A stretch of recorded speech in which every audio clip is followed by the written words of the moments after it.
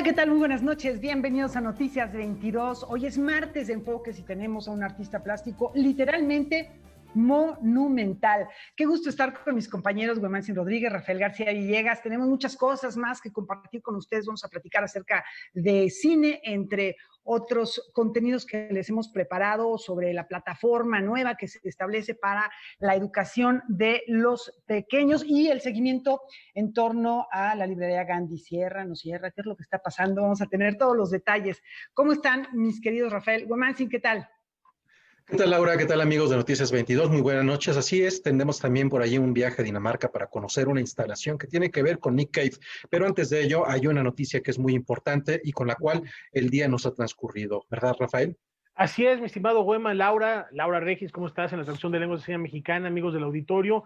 En efecto, una noticia lamentable porque se fue uno de los pilares del quehacer escénico en nuestro país, forjador de generaciones en el siglo XX-XXI, de dramaturgos, de guionistas, de actores, una figura imprescindible, gran conocedor del teatro de oro de los siglos XVI y XVII, y así recordamos esta noche a José Luis Ibáñez. Destacado y entrañable alumno de la primera generación de la carrera de teatro de la Facultad de Filosofía y Letras y miembro fundador de Poesía en Voz Alta, donde participaran Octavio Paz y Juan José Arreola. José Luis Ibáñez se convirtió sin duda alguna en un referente de la escena cultural del siglo XX en nuestro país. Tuvo la oportunidad de trabajar con actrices como Rita Macedo y Ofelia Guilmain en obras como Las criadas de Jean Genet, y realizó el montaje de obras fundamentales como Asesinato en la Catedral de T.S. Eliot, Electra de Sófocles y La moza del cántaro de Lope de Vega, entre muchas otras. Algunas de las piezas más importantes en su carrera fueron El divino Narciso, Las mariposas son libres, La vida es sueño y La muerte se va a Granada. En su trayectoria destacó como director teatral, decano del Teatro Universitario, escritor, traductor, pedagogo, un pilar en las tablas en México, especialista en el teatro del siglo de oro y pilar de muchas generaciones que forjaron al teatro que conocemos. Destacados personajes de la vida cultural del país, la Facultad de Filosofía y Letras, la Secretaría de Cultura, el Instituto Nacional de Bellas Artes y Literatura, entre muchos otros, han dado el pésame y se han expresado a través de diversos medios para despedirlo y acompañar a familiares, amigos y alumnos.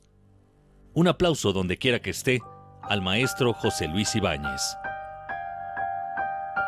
En 2008, Humberto Musacchio tuvo una entrevista con el maestro Ibáñez y les compartimos momentos de ella. Yo viví continuamente en Orizaba desde que nací hasta los 12 años. Iba yo a cumplir 13 cuando ya estaba trazado el camino para que yo viniera a estudiar al Cristóbal Colón, donde fui compañero de Vicente Leñero. Y no solamente Vicente, sino otros muy queridos compañeros de ese momento con quienes me conecté al llegar aquí. Y de pronto, por las maneras en que estaban organizadas las profesiones en ese tiempo, hubo que escoger, cuando iba yo a cumplir 15 años, ya tenía 3 años de vivir aquí, cuál iba a ser la profesión que iba a ser la mía y a la que me iba yo a encaminar. Y mi padre, por sus contactos, les preguntó a contadores importantes por dónde podía yo caminar mejor, si por la escuela bancaria o por la universidad. Y le dijeron a mi padre que mejor empezara yo por la bancaria, porque tenía yo apenas 15 años, y que después del segundo año, como estaba incorporada la bancaria a la universidad, me pasara yo a la universidad.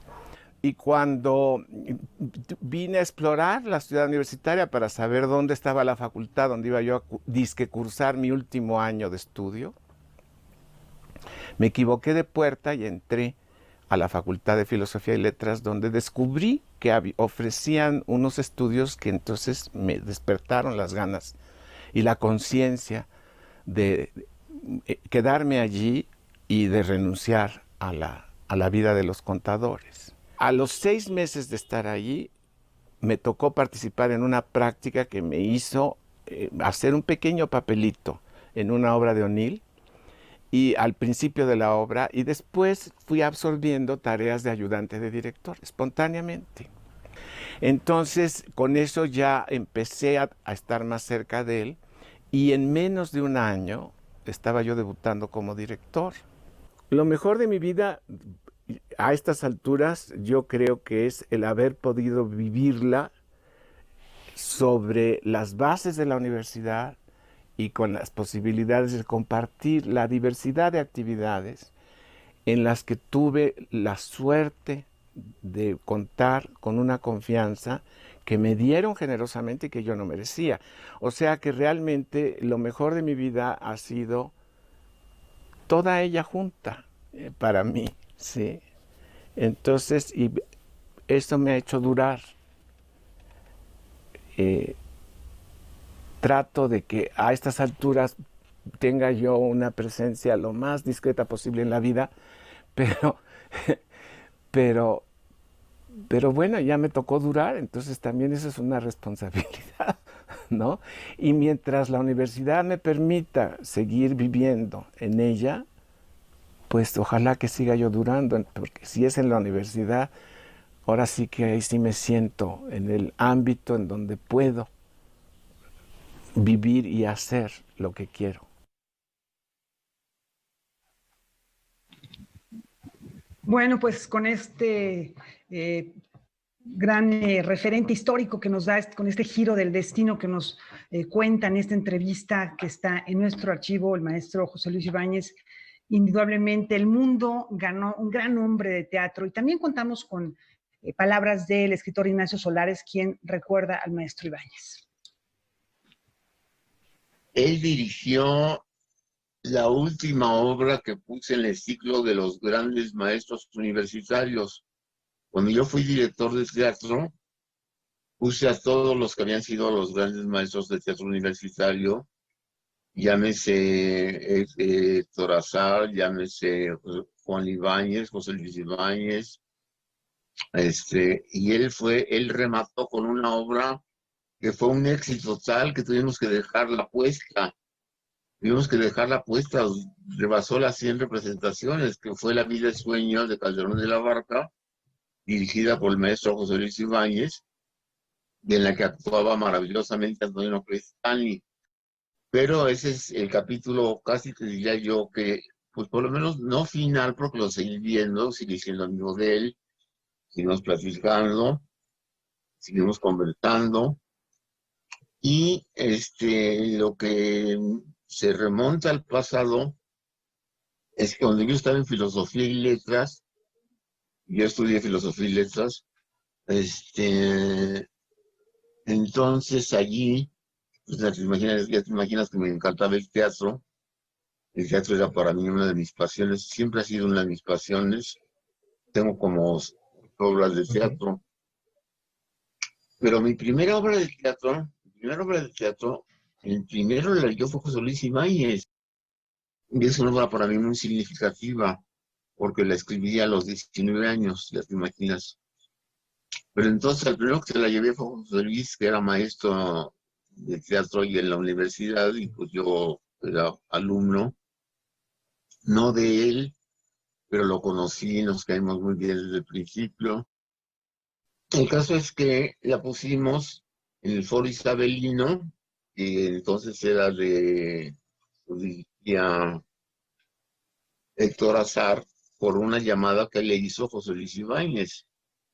Él fue, o sea, yo llegué con Héctor Azar gracias a José Luis Ibáñez, nomás imagínate, está al principio y al final de mi vida, José Luis. Platicábamos mucho de teatro, de literatura, era un experto en Sor Juana, y leíamos mucho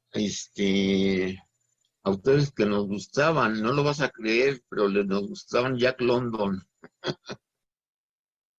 Fue el único director de cine, dirigió a una película Fanny Cano con Jorge Rivero, no me acuerdo cómo se llama la película, pero logró lo que no había conseguido ningún director de cine, ni nacional ni extranjero, permitir que Fanny Cano se desnudara.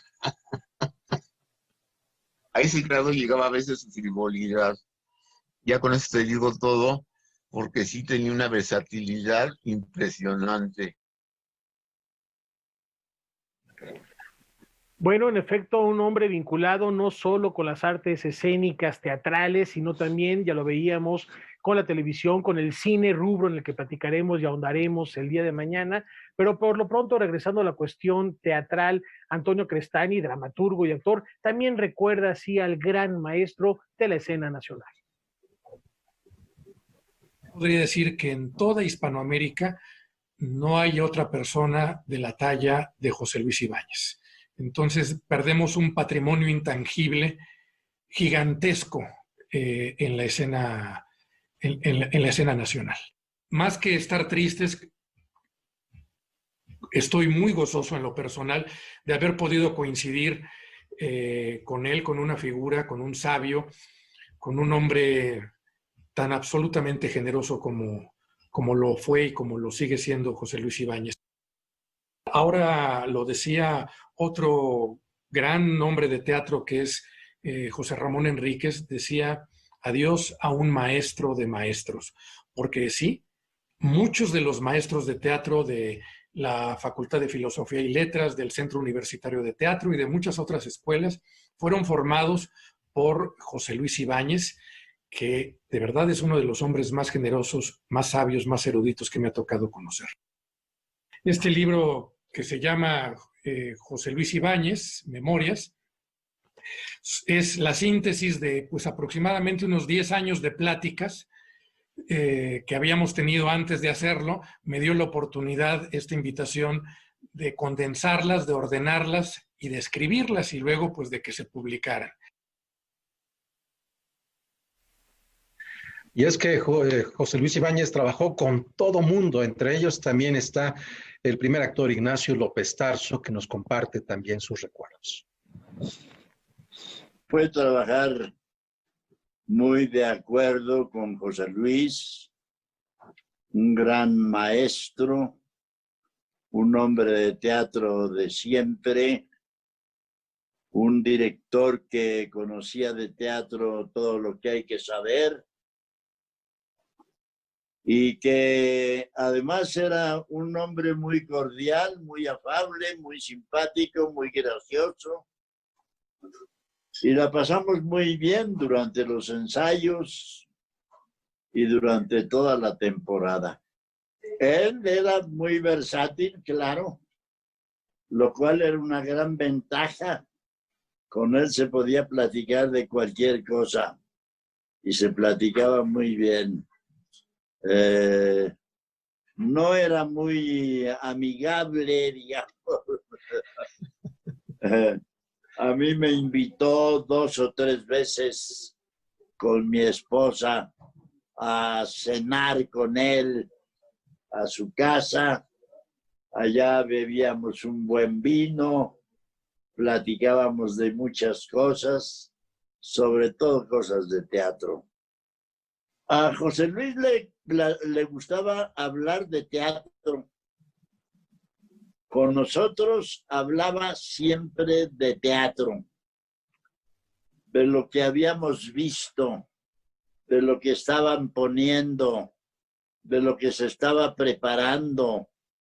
Nos platicaba de su academia, de su escuela de teatro, que él gozaba mucho con su grupo de alumnos de mucho tiempo que tuvo allá en su casa.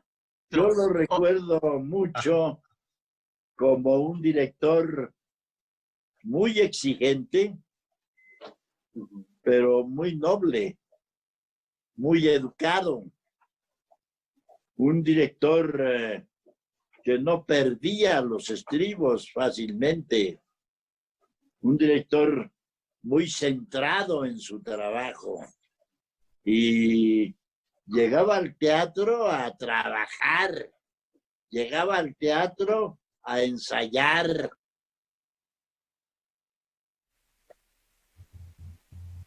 Bueno, además era un hombre sumamente generoso. Él decía que todos tenemos la capacidad de comunicarnos, de expresarnos de diferentes maneras, como conductores de televisión, como actores, como actrices, como gente que está en el escenario, pero también gente que se comunica en la vida cotidiana con los demás. Para él todo eso era valioso, toda comunicación humana. Y bueno, pues recordado por tantas puestas en escena, por mencionar una fantástica, La muerte se va a Granada, de Fernando del Paso, una de sus obras emblemáticas. Y bueno, nos vamos a una muy breve pausa. Regresamos para platicarles sobre el Festival Internacional de Cine de Guadalajara, que ya anunció. Quieren conocer las fechas en que se va a realizar, bajo qué condiciones. Les tenemos todo eso en un instante.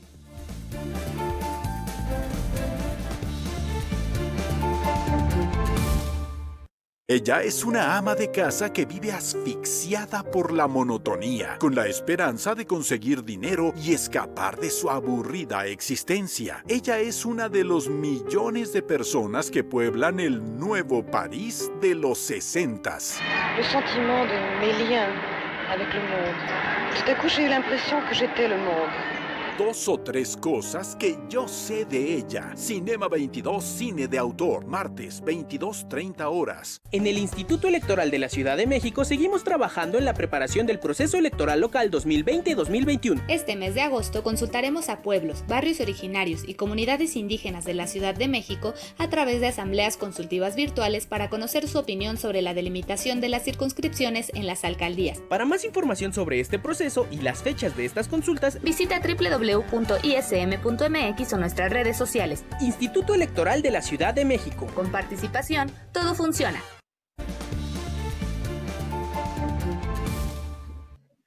Estamos de regreso en Noticias 22 y les platicamos que la Cineteca Nacional y el Instituto Mexicano de la Radio tienen una propuesta verdaderamente atractiva para disfrutar de la cinematografía nacional. La Cineteca Nacional, en colaboración con el Instituto Mexicano de la Radio, producirán Viajeros del Celuloide, un programa radiofónico que busca atraer al público mediante charlas que tienen como eje principal el séptimo arte. Un poquito la dinámica es poner sobre la mesa un tema específico que nos dan chance de hablar de diversas cosas que están alrededor del cine, no solo de las películas en sí. Tenemos 3 conductores que tienen visiones diferentes de cómo es el cine y gustos diferentes además. Entonces eso lo hace muy dinámico, pero además planteamos diferentes puntos de vista para que la audiencia, el radioescucha, pues también forme su propia opinión. Lorena Cid, Fernando Torres Belmont y Julio César Durán serán los encargados de hacer el recorrido por temas, historias, anécdotas, autores, música, publicaciones y referencias relacionadas con el cine. Estamos preparando una serie muy padre, con temas que yo creo que le van a interesar a todos. Entonces, acompáñenos. Les podemos adelantar tantito que hablaremos de música, hablaremos de animación, hablaremos de propaganda en el cine. Pero vamos a abrir con la situación actual, ¿no? En qué contexto y en qué situación nos pone la pandemia, ¿no? Al cine me refiero, ¿no? Tanto el gremio del cine, la producción y la exhibición. Entonces, con eso vamos a abrir. Así que, pues, estén al pendientes todos los miércoles de 3:30 a 4 de la tarde. Reactor 105.7 en la frecuencia del Instituto Mexicano de la Radio y la Cineteca Nacional. Noticias 22, Óscar Cortés. Bueno, continuamos con actividades que tienen que ver con cine. Recordarán que el Festival Internacional de Cine de Guadalajara suele celebrarse en el mes de marzo, pero debido a la pandemia, justo unos días antes de que se celebrara dicho festival, fue cancelado todo para evitar cualquier riesgo. En muchos momentos se habló si se iba a cancelar, si se iba a pasar al siguiente año. Bueno, no. Ya se ha dado a conocer que este festival tiene fecha en 2020 y les vamos a decir a continuación cuándo es. Nivada presenta.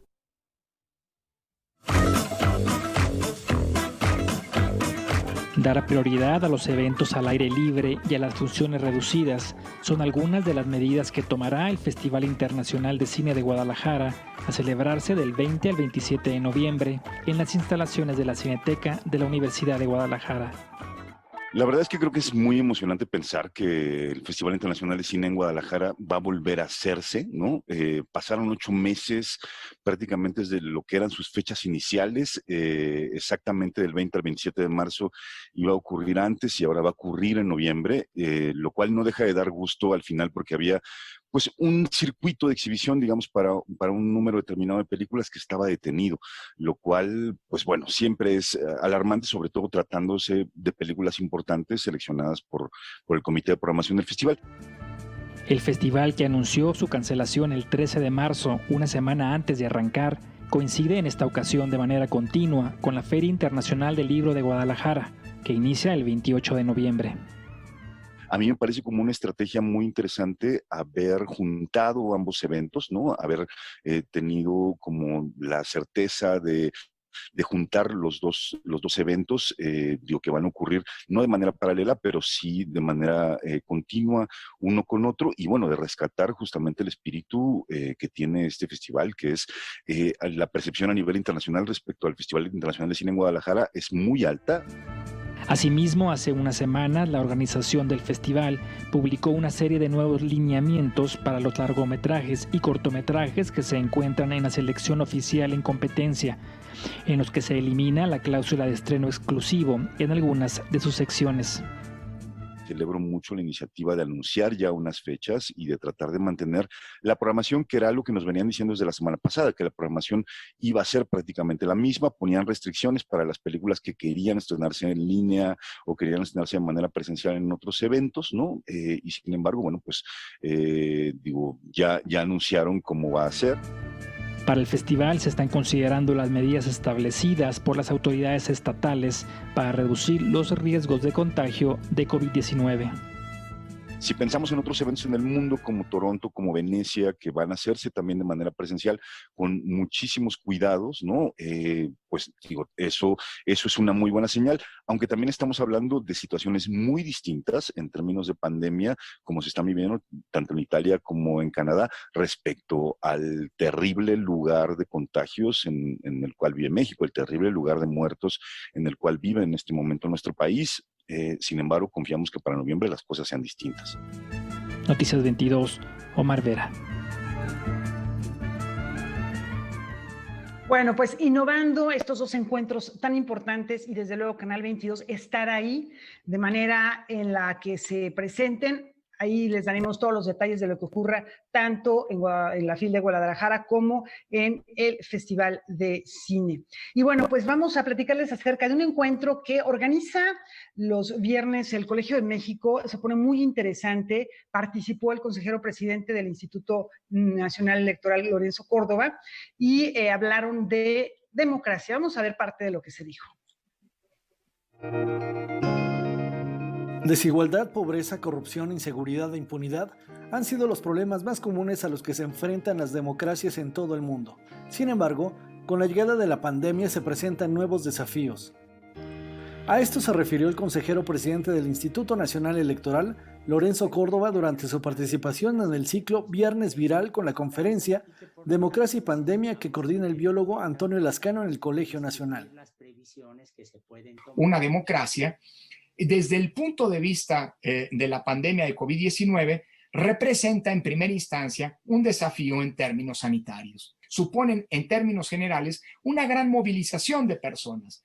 Y no me refiero solamente a los actos de organización de las elecciones, sino también una cantidad de movilización de personas muy importante que concurren a los actos de proselitismo, los llamados actos de campaña, y que consecuentemente, desde el punto de vista sanitario, representan un potencial espacio de proliferación de un virus como el COVID-19. Por otro lado, la crisis económica tendrá efectos en los sistemas democráticos. La crisis económica va a traernos como consecuencia un incremento de las tasas de desigualdad y de pobreza. Lo estamos viendo ya, el desempleo, la crisis en las que varios centros de empleos, varias empresas de pequeñas, medianas o grandes están enfrentando, pues lamentablemente va a traer una consecuencia también que muy probablemente va a generar un contexto de exigencia grave para los sistemas democráticos. No hay que perder de vista los desafíos políticos y sociales. Bueno, el primer riesgo que estamos enfrentando en términos democráticos con el desafío sanitario que implica la pandemia es que eventualmente este sea aprovechado para una concentración indebida, antidemocrática del poder político. También implica una dimensión social que es esa expresión de ese malestar acumulado, incrementado por la propia pandemia, que puede poner en crisis a la existencia y la recreación de la democracia misma. Para las elecciones del próximo 6 de junio, que son las más grandes de la historia del país, el INE prepara protocolos de higiene, innovaciones tecnológicas como el voto electrónico y procedimientos que garantizan el ejercicio democrático. Nuestro gran reto es que a la pandemia no solamente le sobrevivamos todas y todos nosotros, sino también el sistema democrático que tanto nos ha costado construir. Muchas gracias, Lorenzo. Noticias 22, Óscar Cortés. Gracias. Lo mismo para todos. Gracias, Antonio. Bueno, ahí tienen ustedes. El momento que vivimos, la pandemia, nos invita y nos obliga a repensar absolutamente todo lo que estábamos dando por cierto en la historia y en el momento presente. Así que una invitación no solamente para hablar de estos temas como acabamos de escuchar, sino también para repensar nuestra cotidianidad. Es momento de hacer una pausa. Los invitamos a que se queden con nosotros aquí en Canal 22 y también vamos a hacer una invitación porque terminando Noticias 22, Gaby Tlaseca en Debate 22 va a hablar sobre los retos que afronta el Instituto Nacional Electoral en las próximas elecciones intermedias de 2021. No se lo pierda hoy, terminando Noticias 22 a las 9 de la noche a través de esta emisora Canal 22. Una pausa, volvemos con más.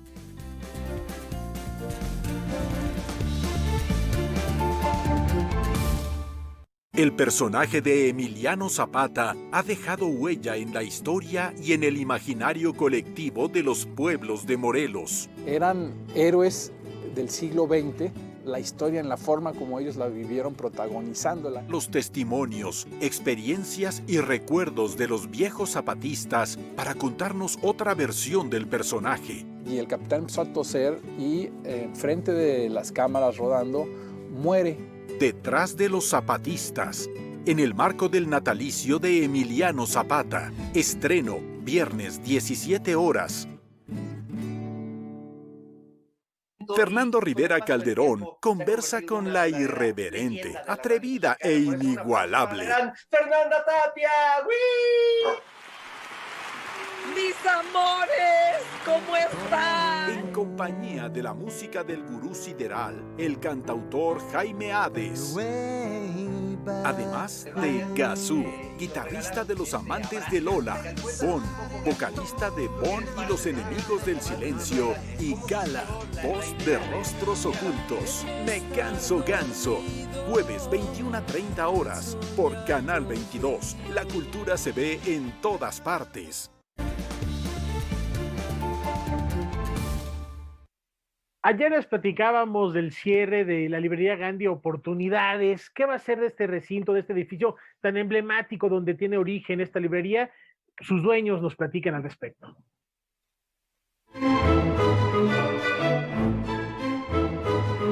La decisión sí tiene que ver con una coyuntura, sí tiene que ver con una realidad que estamos viviendo. Es una librería que empieza en 1971, una librería de 150 metros cuadrados que viene con la primer librería Gandhi, que viene con un concepto diferente, en donde tú tenías un mercado acostumbrado a comprar libros a través de ventas de mostrador, ¿no? Tú llegabas a una librería de ese entonces y te vendían un libro como si fuera una ferretería.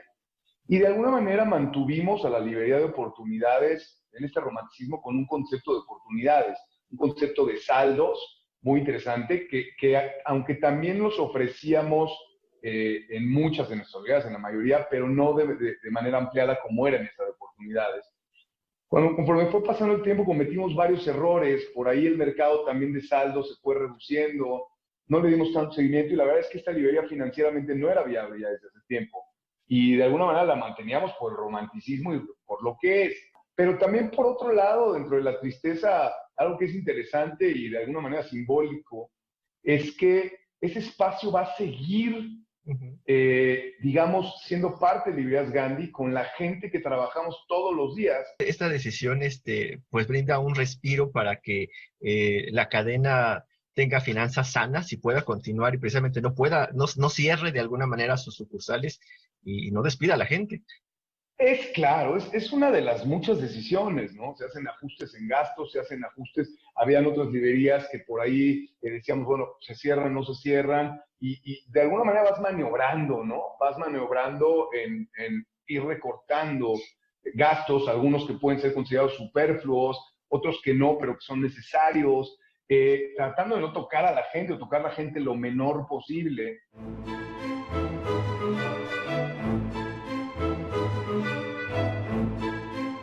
Desde luego la industria del libro, las editoriales, es una industria que está sumamente afectada. De por sí no era una industria que teníamos grandes incentivos fiscales o que teníamos grandes apoyos o que era considerada como parte del patrimonio y de las empresas, digamos, de las industrias importantes que realmente cambian el tejido social y la estructura social. Nunca se consideró de esa manera, entonces nunca hemos tenido esos apoyos. Somos industrias que estamos en modo de supervivencia, ¿no? Y que estamos viendo la manera de terminar el año de aquí a que se estabiliza las visitas a todos lados y los ingresos, tratar de salir lo menos dañados para poder seguir adelante, ¿no? Ese es el nombre del juego este año. Las inversiones que nosotros hacíamos para crecimiento, de repente eran 3, 4 librerías al año, y de repente, bueno, pues con esto hay un freno de mano en donde espérame tantito, veamos si abrimos una por acá, veamos si se presenta una oportunidad. Estamos en un momento demasiado incierto como para poder comprometernos en muchas cosas, ¿no? Y sí es un frenón de mano, y lo primero es seguir parados, sin deudas, sin pasivos, sin pérdidas, de que acabe el año, ¿no? Esa es la realidad de todos.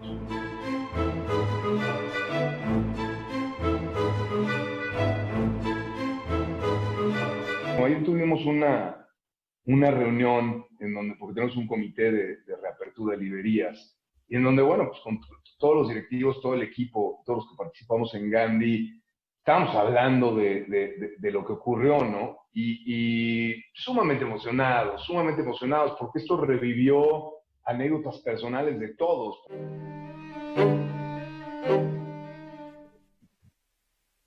Mucho éxito a Librerías Gandhi, a los libreros. Hay que adquirir libros físicamente, también hacerlo de manera electrónica, pero no dejemos que cierren las librerías. Ya entendimos ahora cuál es la estrategia de negocios que tiene Gandhi, pero la situación es difícil para todos los libreros.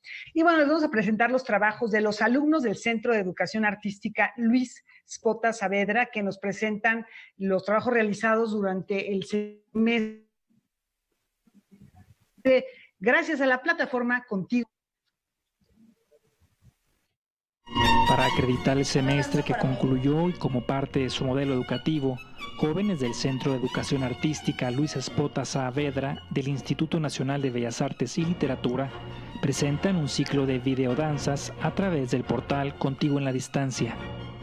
Estos videos realmente pues surgen de una manera casual, pues por toda esta cuestión de la pandemia, el hecho de que, bueno, el ciclo escolar tuviera que concluir a la distancia con estas actividades que ya no pudieron ser presenciales, pues es que surgen entonces estos videos. Ahora sí que gracias a la pandemia, pues es que surgen estos grandes proyectos.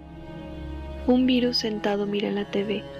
Las noticias dicen que la curva crece. Son 7 obras las que se presentan. El Pico, basado en el poema de León Cuevas. Paganini, ópera online con música del compositor italiano. Jarabe Colimote, con ejecución musical del Ballet Folclórico de la Universidad de Colima. Invierno compartido con música de Vivaldi. El Sauce y la Palma, interpretada por la banda sinaloense MM. Jarabe Nayarita, con música interpretada por el grupo Nahuacali. Y Las Alanzas, con interpretación musical del Mariachi Vargas de Tecatitlán. Hay una en particular que se llama El Pico, que es de danza contemporánea, y pues bueno, esta habla justamente del sentir de los jóvenes acerca de la pandemia, ¿no? De los miedos, de los sentimientos, de las frustraciones, de todo esto que pudiera pasar por su mente durante el confinamiento. Hay otra que es el de Invierno compartido. Esta es una pieza de danza clásica y pues bueno, justamente hace alusión hace una comparación entre un invierno crudo y el asunto del confinamiento en la pandemia. Mediante las obras, los jóvenes estudiantes expresaron su sentir durante la pandemia, encontrando una puerta creativa para sobrellevar el confinamiento. Ellos son quienes usan toda su creatividad, quienes transforman los espacios en sus casas para poder darle esta escenografía o esta cuestión de producción a los videos. Entonces, pues son ellos realmente quienes con su creatividad, quienes con las cosas que tienen a la mano en su casa dentro de este confinamiento, ellos hacen posible todo esto. Realmente es un ejemplo de tenacidad de los jóvenes, ¿no? De no haberse dado por vencidos y de no dejar que este confinamiento pues les arruinara sus prácticas escénicas, y definitivamente decir, no, sí, nosotros podemos, porque incluso las ediciones de los videos los hicieron los alumnos en muchas ocasiones. Entonces, pues ellos se dieron a la tarea de todo, ¿no? Desde, pues, de hacer toda la producción necesaria, y pues eso yo creo que es un ejemplo que debemos tomar de la juventud. Los trabajos se pueden apreciar en el portal Contigo en la Distancia de la Secretaría de Cultura y en el canal de YouTube del INVAL. Noticias 22, Omar Vera. Bueno, y de esto pasamos a otra de las opciones que podemos nosotros desde nuestra computadora, nuestro celular, llegar a otras partes, incluso de los países nórdicos. ¿Qué les parece si visitamos ahora la Biblioteca Real de Copenhague, en donde el músico Nick Cave ha presentado unas instalaciones de un paisaje sonoro que tienen que ver mucho con su proceso creativo? Vamos a conocerlo. La Biblioteca Real Danesa de Copenhague presenta la exposición Stranger Than Kindness, más extraño que la bondad, una serie de instalaciones inmersivas que nos llevan a los años de consolidación y transformación de Nick Cave. Es un recorrido por los universos creativos e íntimos de este artista. Nick Cave tiene una obra que va más allá de lo que puede considerarse parte de una estrella de rock. Lo mismo escribe poemas como los que se leen en el libro La canción de la bolsa para el mareo, que novelas como La muerte de Benny Monroe, así como ofrece conferencias como la que dio en Viena en 1995, donde reflexiona cómo el tema amoroso se puede convertir en un estatuto religioso vía la canción. En Stranger Than Kindness es posible ver los temas más importantes del corpus de su obra, así como el método de trabajo y las fuentes de inspiración, todo marcado por la música como una constante. Aquí se puede ver parte de sus archivos y cómo todo eso se enlaza y mezcla. Las instalaciones tienen 3 núcleos importantes: los años terribles de sus primeras agrupaciones en Australia, como The Birthday Party, antes The Boys Next Door, su traslado a Berlín, donde ha tenido uno de sus periodos más obsesivos, y de ahí a Londres, y el cambio vivido con su grupo The Bad Seeds desde su fundación hasta 2019. Las instalaciones de Stranger Than Kindness fueron trabajadas por los curadores de la Biblioteca Real Danesa y el propio Cave, así que el resultado está entre la biografía y las ficciones creadas por el autor, sus personajes e historias, y la autobiografía. Junto con Warren Ellis, antiguo cómplice creativo, Cave también ha creado un paisaje sonoro de 800 metros cuadrados que contrasta y redimensiona la narrativa de las 8 salas de la exposición, que estará abierta hasta el mes de febrero de 2021. Ni tan mala la semilla le ha servido bien a Nick Cave para poder entablar este diálogo con sus seguidores, no solo como músico, sino también a través de las artes plásticas. Vamos a una brevísima pausa y no se pierdan a continuación la sección de enfoques aquí en Noticias 22.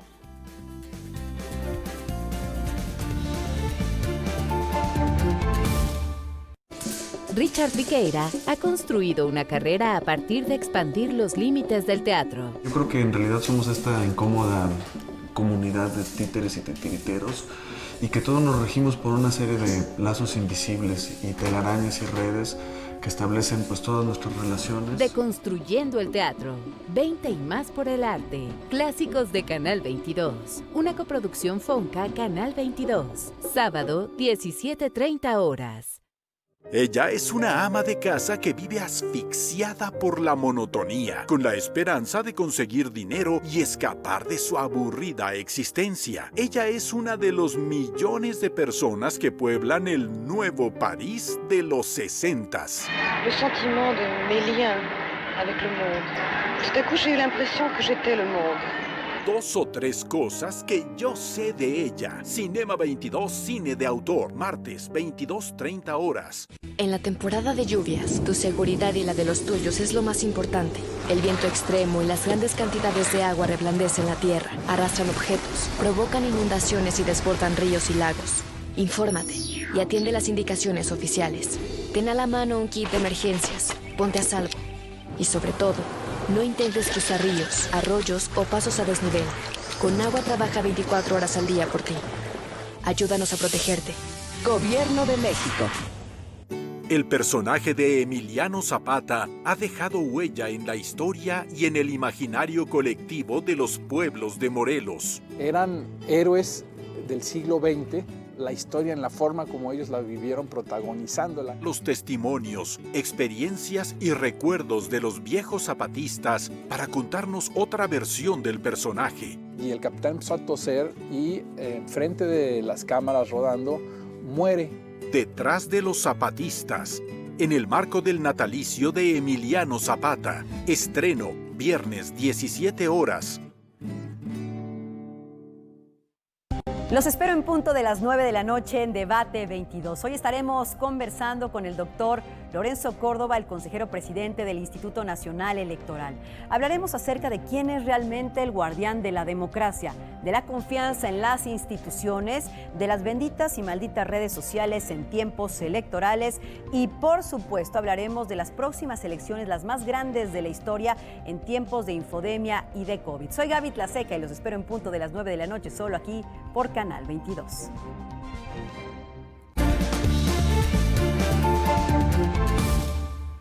Invitado de lujo esta noche en Enfoques, que de manera monumental nos ha hecho reflexionar sobre nuestras raíces y se ha atrevido a señalarlos con el dedo.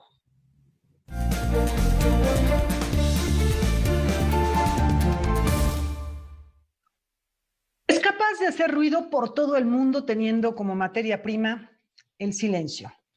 Lleva un pequeño fragmento del cuerpo humano a escala, como decía Rafa, monumental, para recordarnos que también somos el otro.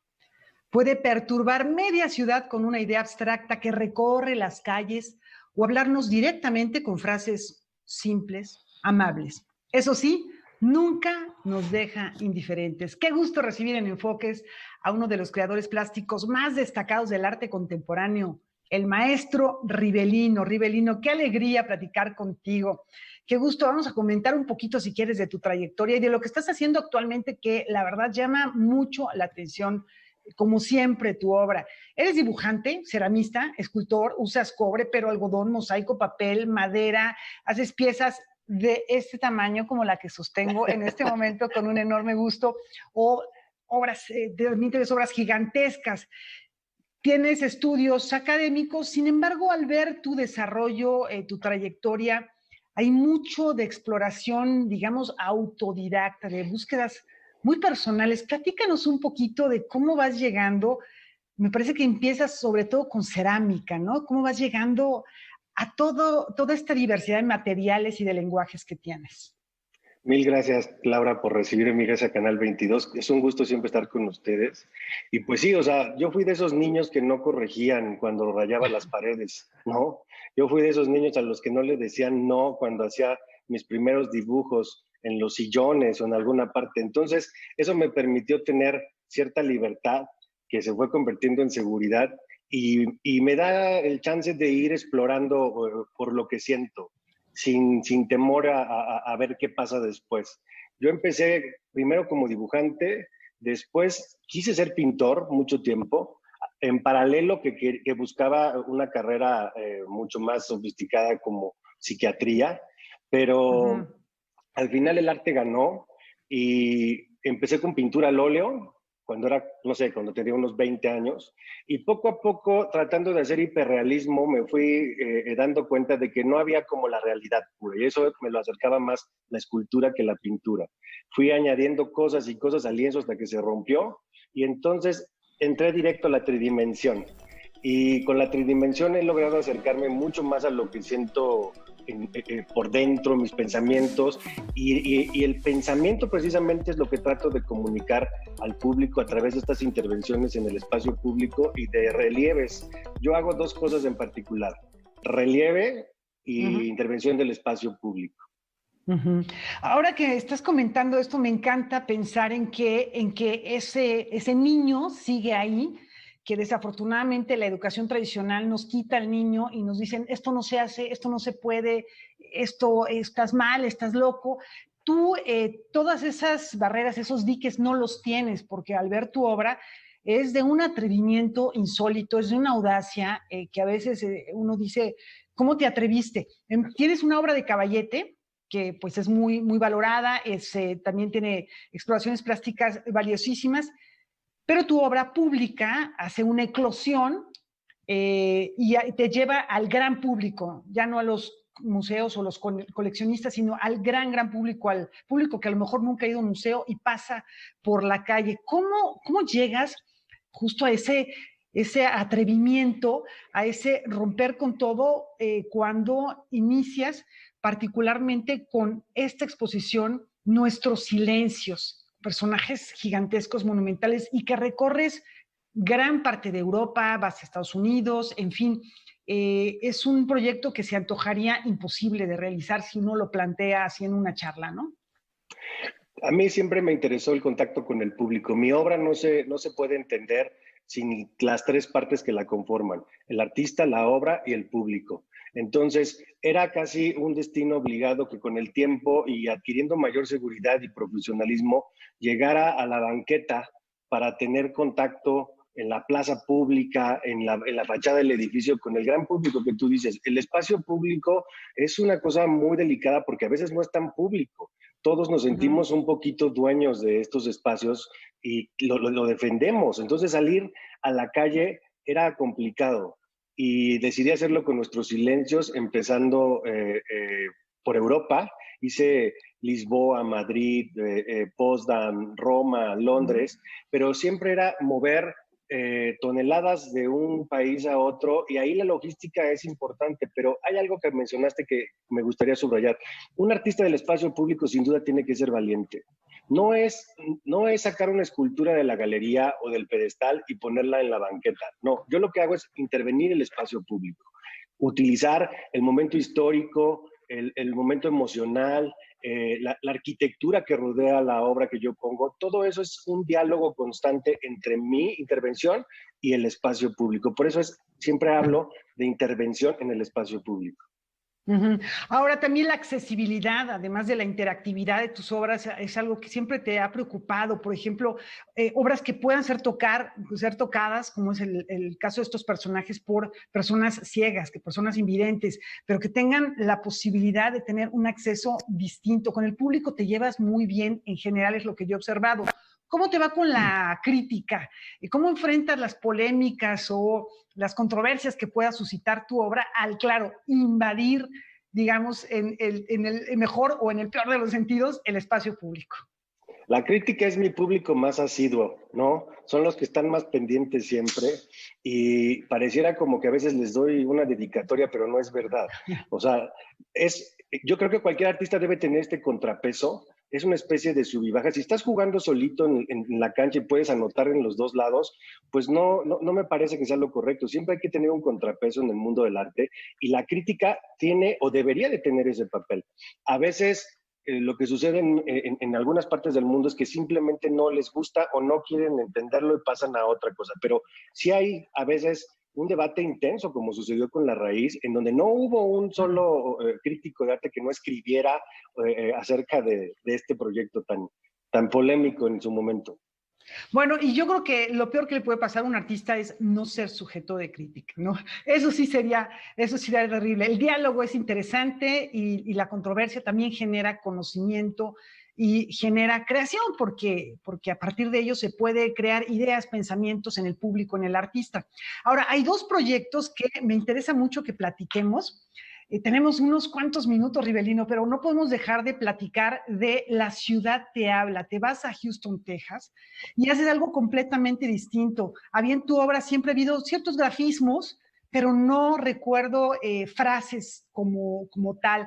Ahí en el Dynamo Stadium, en el Silver Street Studios, en Bayou Park, en Discovery Green Park, empiezas a colocar frases. Esa es la primera estación de este viaje que haces ya muy, muy directo a una escala mucho, mucho más, digamos, humana, ¿no? Muy a nivel de cancha. Lo que pasa es que ya es mi primera pieza adaptada a la nueva realidad. Lo que estoy haciendo con La Ciudad Te Habla es intervenir la coyuntura que estamos viviendo a nivel global. No es solo una intervención del espacio público, sino es la intervención de la coyuntura que actualmente vivimos los seres humanos. Normalmente utilizo la tridimensión y la materia para comunicar una idea. Aquí la idea es a través del lenguaje, del texto. Son palabras que fueron pensadas para recibir a los ciudadanos después de la cuarentena en Houston. Todos estaban guardados y al salir por toda la ciudad encontraban estas frases. Ahí eran solo de bienvenida. ¿Cómo estás? Qué gusto volver a verte. También te extrañé. Pero en el caso del Parque de la Mexicana, que pidió traer esta obra aquí, estas son 35 frases colocadas en 300 viniles de mediano, pequeño y gran formato. También se pueden ver desde los edificios hacia el parque. O sea, hay unos muy grandes de 25 metros, pero esta vez son más para ir a la reflexión, hacia adentro. ¿Qué nos está pasando ahora en este momento y hacia dónde queremos ir después de esta experiencia del COVID? Y ahí, bueno, esto ya se puede ir a visitar, Rivelino, ahí se puede hacer este recorrido, porque tú de pronto nos presentas ciertos videos en redes sociales de un viaje por estas frases, pero podemos ir. El Parque de la Mexicana abrió ayer y estará ya abierto en el 65% de su espacio de aquí en adelante. Ya pueden ver el 65% de La Ciudad Te Habla a lo largo de muchas hectáreas del Parque de la Mexicana. Pero también hay otra sorpresa pronto. Sí, hay otra sorpresa. Es la que tiene que ver con. Exactamente. Esto que ya además es un gesto que identifica tu obra. Vamos a traer esta pieza monumental que se llama Tú, que son estos dos dedos índices gigantes que se señalan uno al otro y que tienen un espacio intermedio. Pareciera que ahora ha dejado de lado un poco su concepto original, que era qué significa ser señalados, y ahora son dos dedos que no pueden tocarse. Son dos dedos que tienen una distancia entre sí que no pueden tocarse, como no nos podemos tocar ahora los seres humanos. La estamos trayendo justo para empezar a interactuar junto con la realidad. Es intervenir la coyuntura nuevamente. Bueno, y lo que parece muy interesante de tus obras es que, no sé, como que se van adaptando. Tiene una plasticidad, no solamente física, sino desde el punto de vista abstracto, porque con nuestros silencios, ahora que tenemos cubrebocas, ahí se podría dar también una lectura distinta. Y en el caso de Tú, pues ha habido diversas lecturas, ha sido los dedos, efectivamente, que se unen por dos manos que las tocan, que es un tercer personaje, que es el espectador. Y ahora también estos dedos que no se pueden tocar literalmente por la pandemia. En fin, me parece que yo creo que esa multiplicidad de posibilidades de lectura que tiene una obra la hace muy valiosa en el caso de tus trabajos. Rivelino, de verdad, qué gusto platicar contigo. Qué dos buenas sorpresas nos tienes, el hecho de que tú ya tenga un nuevo espacio y también La Ciudad Te Habla, que pueda ser recorrido en un porcentaje. Tenemos para despedirnos siempre, Rivelino, 3 preguntas del cuestionario Proust de respuesta inmediata. Lo primero que te venga a la mente y pues dime si le entras conmigo a este breve cuestionario. La primera pregunta sería, si pudieras tener algún poder mágico, ¿cuál sería ese poder? Volar. Volar, fantástico. ¿Cuál es el momento del día que más te gusta, en el que te sientes mejor? El amanecer. El amanecer. Y finalmente, ¿alguna cualidad tuya que te guste? La compasión. La compasión. Bueno, pues muchas gracias por platicar con nosotros, por estar con nosotros en Enfoques. ¿Cómo ven, Rafa Güemantzin? Mira, a mí verdaderamente me ha llamado mucho la atención los trabajos, particularmente en espacio público de Rivelino. A mí me tocó ver tú en el Hospicio Cabañas en febrero del año pasado, justo cuando estaba, no, hace 2 años, cuando estaba, 2 años, cuando estaba Fernando del Paso recibiendo la medalla Sor Juana que le otorgaron allá, y me pareció fantástico verlo, de manera especial la interacción de la gente. Creo que esa es la parte importante cuando estamos hablando de arte público, cuando la gente se apropia de ello. Podemos decir, escribir y lo que sea. Lo bello es cómo la gente reacciona y lo hace parte de su vida. Es un honor tenerte aquí, Rivelino. Muchísimas gracias por acompañarnos. Gracias, Rafa. Gracias, Güemantzin. Un abrazo a todos. Gracias siempre por recibirme. Y nos vemos ahí en la Mexicana para celebrar estas frases y esta instalación. Y nos despedimos, como es costumbre, con música, con notas de jazz que nos recomienda Pablo Prieto hoy para celebrar la memoria de uno de los grandes trompetistas y cantantes del género, Louis Armstrong. Muchas gracias. Buenas noches.